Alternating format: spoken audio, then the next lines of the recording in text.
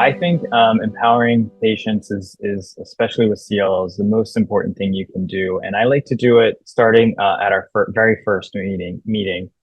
So what I do is when I first discuss about their disease, about having CLL, I talk about the very basics. So I like to start with the very basics. What is CLL? What is this disease? How does it work? And over time, I get more and more complex in this discussion with them.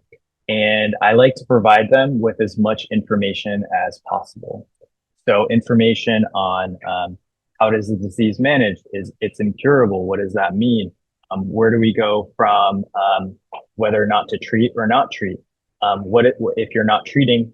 What other things can you do to optimize their health and well-being?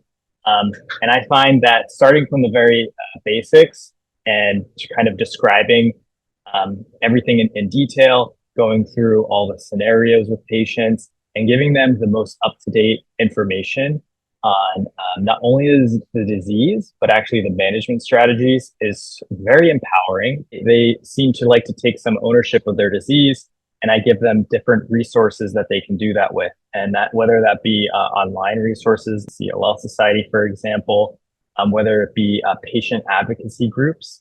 There are some CLL specific advocacy groups where our patients will meet outside of a healthcare setting, and they'll meet just CLL patients alone and discuss what's going on in the field, what's new in CLL, and actually they'll sometimes invite physicians to be guest speakers. And I'm very big on empowering patients to do that and to feel like they are have some control over these very scary diseases.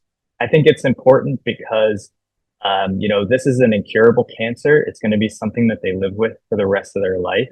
And feeling like they have some sort of control and understanding of the disease is very powerful. I think that having this knowledge base, feeling like they have some information on their disease and able to take it into their own hands improves their quality of life and improves their kind of knowledge about what to do about the future.